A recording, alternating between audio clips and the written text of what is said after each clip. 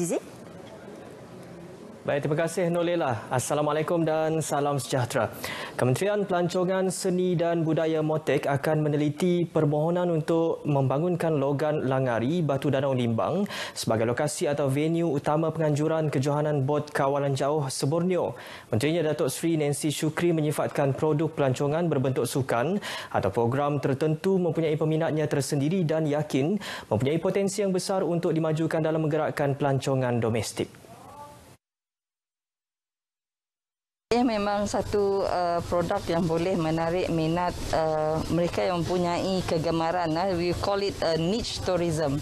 Niche tourism di mana mereka mempunyai minat tentang sukan tertentu ataupun program-program tertentu. Ia sudah tentu boleh menarik seramai-ramainya. Cuma kita harapkan apabila sudah buka border, mereka boleh mulakan lagi lah.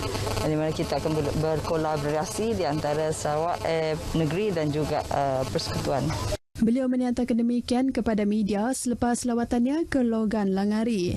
Acara tahunan kejohanan Bot Kawalan Jauh Seborneo yang bermula 2016 itu akan diangkat ke peringkat antarabangsa memandangkan mendapat penyertaan menggalakkan daripada negara luar. Antaranya Brunei Darussalam dan Thailand, termasuk penyertaan dari negeri Sabah dan wilayah Persekutuan Labuan.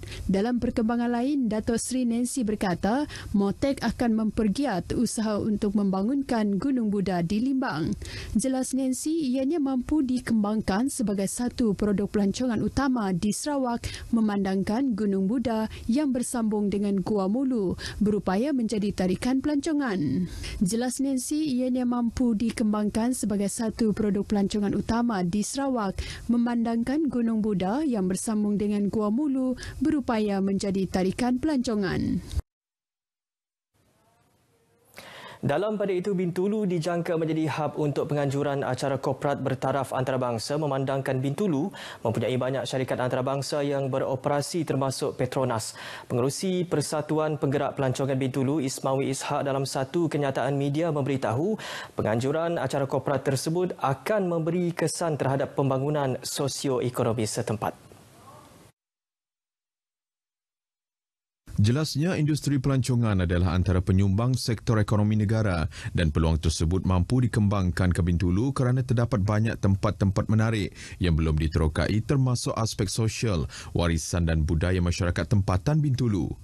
Beliau menambah pihak persatuan akan terus mengukuhkan pengalaman dengan berusaha mengadakan pelbagai aktiviti pelancongan tempatan dan antarabangsa di Bintulu.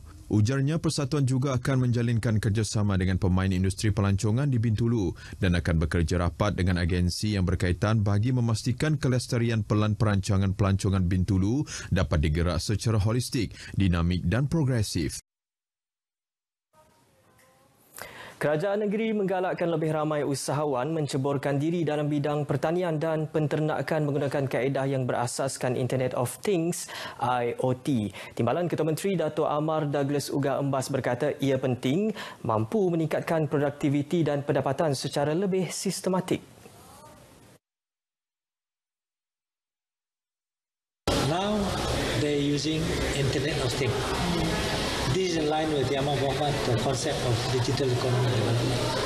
And they brief us just now how the old way of doing prawn farming through human judgment, through human experience may not be able to reach what they have reached today.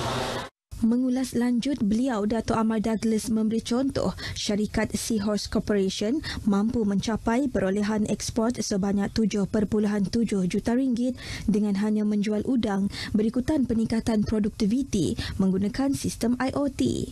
Beliau memberitahu demikian semasa lawatan kerja di projek pembangunan padi di skim DID Tanjung Purun Lundu, projek Madu Keluruk Pertubuhan Peladang Kawasan Seri Gading dan Ladang Aquakultur Udang Seahorse Corporation Corporation Rambungan di Lundu hari ini. Beliau yang juga Menteri Pemodenan Pertanian memberitahu kerajaan negeri akan sentiasa berusaha untuk membantu mereka yang memerlukan khidmat nasihat dalam memulakan langkah mereka untuk menggunakan sistem IoT. Terdahulu beliau turut melawat projek pembangunan padi Tanjung Purun, memberitahu Jabatan Pertanian akan membangunkan satu sistem pengurusan yang komprehensif di dalam pembangunan padi di kawasan tersebut, termasuk sistem pengairan, bantuan input pertanian dan perkhidmatan mekanisasi. Prosedur operasi standard SOP bagi sambutan perayaan Qingming telah pun dikeluarkan oleh Jawatan Kuasa Pengurusan Bencana Negeri JPBN Sarawak bagi membendung jangkitan COVID-19. Menteri Pengangkutan Datuk Lee Kim Shin berkata, seperti yang diketahui umum, SOP yang ketat dikeluarkan itu adalah berikutan penularan wabak COVID-19. We want to ensure that they fully understand the SOP, why the SOP is imposed, and we want to try our best everybody to cooperate, work together. We want to avoid a Qingming cluster. Beliau berkata demikian selepas mengadakan perbincangan bersama Jawatan Kuasa Tanah Perkuburan Riam Road mengenai SOP perayaan Qingming di Miri. Jelas beliau, pihak Jawatan Kuasa Pengurusan Bencana Bahagian JPBB Miri mencadangkan kepada Jawatan Kuasa tersebut supaya memaklumkan kepada pengunjung supaya ahli keluarga tidak datang secara serentak dan menghadkan jumlah yang hadir, iaitu tidak melebihi 8 orang ahli keluarga saja. Manakala aktiviti menziarah tanah perkuburan dan menziarah kolumbarium dibenarkan bermula semalam 20 Mac hingga 14 April depan bermula pukul 4 pagi hingga 12 tengah hari. Bagi aktiviti menziarahi kolumbarium pula, kehadiran tidak melebihi 2 orang ahli keluarga saja. Sementara itu, kunjungan ahli keluarga yang berada di luar daerah Miri seperti Marudi, Long Lama dan Lapok yang ingin mengunjungi kubur tidak digalakkan datang, namun sekiranya mereka ingin berbuat demikian, mereka harus memohon permit dari polis terlebih dahulu. Tanah perkuburan di Riam Road Miri merupakan kawasan perkuburan terbesar masyarakat Cina di Miri. Sehubungan itu, selepas perbincangan dengan pihak Jawatan Kuasa Kubur, JPBB Miri mencadangkan untuk meletakkan kod imbasan MySejahtera di setiap kubur bagi memudahkan mereka mengimbas aplikasi tersebut. Perayaan Qingming merupakan satu perayaan masyarakat Cina yang berbentuk ziarah kubur ahli keluarga yang telah meninggal dunia dan kemudian membersihkannya, seterusnya mengadakan upacara sembahyang. Penduduk di kawasan pelaksanaan Perintah Kawalan Pergerakan diperketatkan PKPD di Kampung Bintawak Tengah dan Kampung Bintawak Hulu diminta terus beri kerjasama kepada pihak berkuasa. Ini penting untuk memastikan penularan COVID-19 benar-benar diputuskan.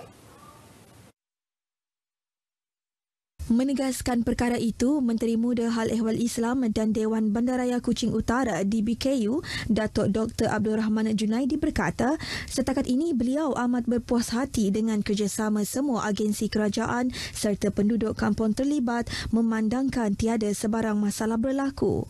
Beliau berkata demikian dalam kunjungannya ke bilik operasi PKPD bagi Kampung Bintawak Tengah dan Kampung Bintawak Ulu di Surau Darul Ihsan, Kampung Bintawak Tengah.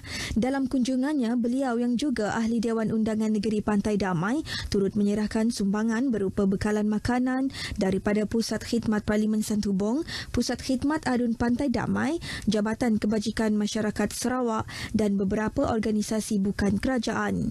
Jelas beliau, seramai 769 orang ketua isi rumah daripada 4,064 orang penduduk daripada 2 buah kampung itu terlibat dalam pelaksanaan PKPD bermula 16 Mac sehingga 29 Mac ini.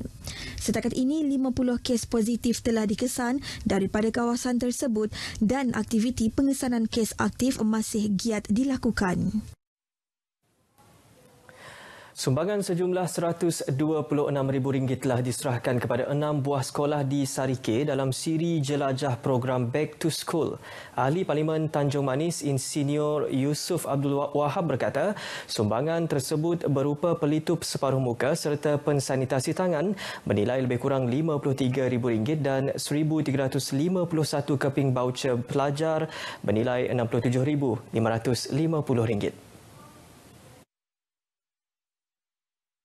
Jelasnya, sumbangan tersebut diagihkan kepada Sekolah Kebangsaan SK Sungai Sentebu Sarike, SK Abang Haji Matahir Sarike, SK Agama Sarike, SK Bukit Kinyau, SK Muara Payang dan SK Sarike. Memberi sumbangan yang berbentuk pelitup muka, sanitizer kepada anak-anak sekolah SK 6 buah sekolah di kawasan Sarike dan juga voucher pelajar bernilai RM50 pada setiap pelajar dari tahun 1 hingga tahun 6. Ujarnya, sumbangan tersebut diharap dapat meringankan beban ibu bapa serta mempersiap para pelajar dengan amalan norma baru dengan pematuhan SOP. Beliau berkata demikian kepada pihak media semasa menyerahkan sumbangan tersebut di Dewan Sri Nyelong Sarike. Dalam pada itu, beliau turut menyumbang sebanyak RM5,000 untuk tabung sukan dan kebajikan Balai Bomba Sarike. Sekian berita wilayah dari Sarawak. Kita kembali bersama Nur Lela di Angkasa Putih. Silakan, Lela.